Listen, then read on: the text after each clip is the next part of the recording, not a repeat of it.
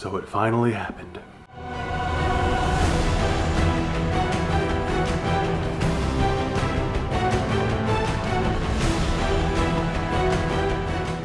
I'm Dom Griffin, I'm a film critic. This is the Armchair Auteur. It's a video series where we talk about new movies, old movies, screenplay analysis, that sort of thing. So if you like movies and film culture, I suggest you subscribe. Today, we are in fact talking about the Snyder Cut, Zack Snyder's Justice League. This is not going to be a traditional review of the movie, just because, for one, it's 4 hours long and I just finished watching it an hour and a half ago. I've technically already reviewed this movie. I reviewed the Joss Whedon cut of the Justice League when it came out in 2017. I'll link that review in the description below.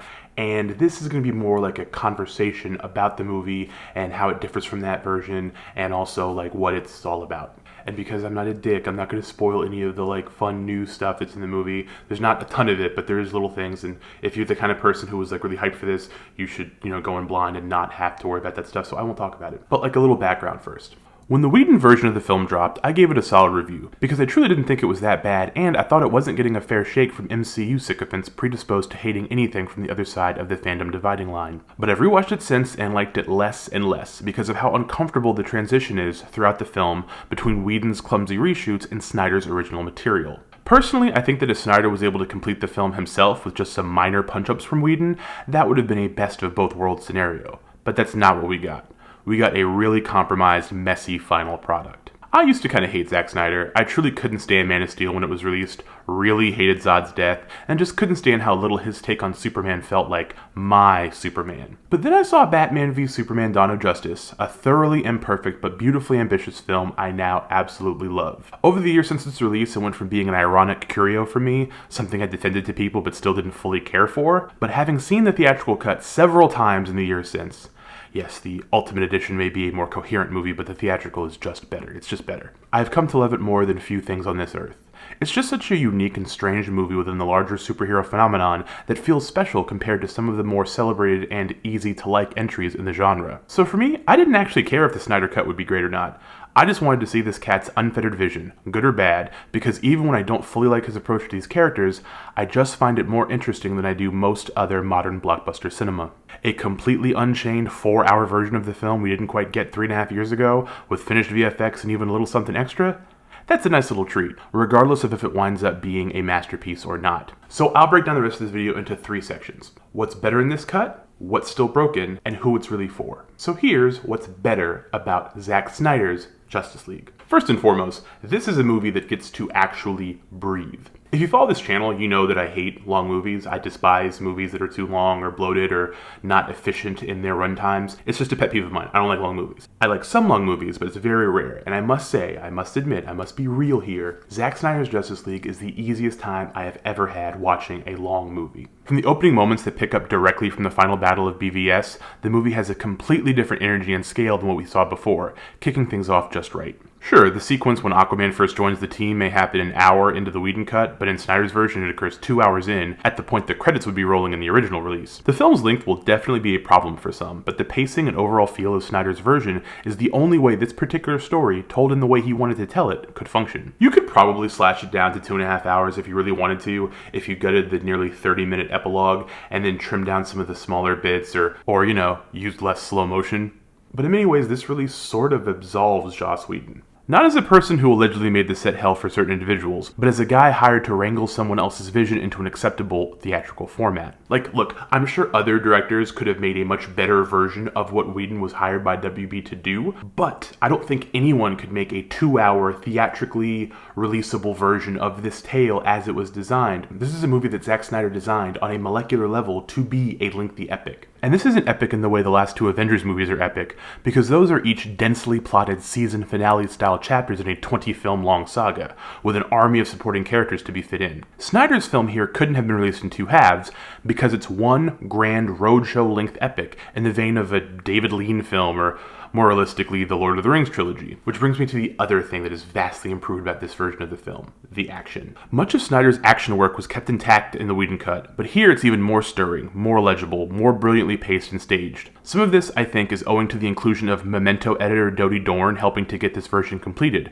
who happens to be following Snyder onto his next film, Army of the Dead. However you may feel about the film's color grade choices, its costume design, any of that shit, there is no denying that the action on display in this film is superior to anything in any other superhero film out there. It's truly masterful. And there's plenty of little things that are better too, obviously. We have more time to spend with Cyborg, more time to spend with the Flash, and even though I still don't like the overall design of all the Fourth World characters, Steppenwolf looks way better here than he did in Whedon's version, and we actually get to see plenty of Darkseid. There's so many little moments throughout the movie that like you could cut for time if you were trying to make it a less long film, but you lose out on so much of like the texture. Like there's a really great little bit where Alfred is kind of needling Diana about the way she chooses to make tea in the Batcave, and like it's a dumb little thing, but I feel like it gives so much more character and charm than any of like Whedon's quirky Buffy speak that he forced on all the characters. Like I felt like these little moments let the story breathe more in a way that was really endearing. But the film is far from perfect, and some things still don't work. For instance, even though Junkie XL's score is leagues more impressive than Danny Elfman's,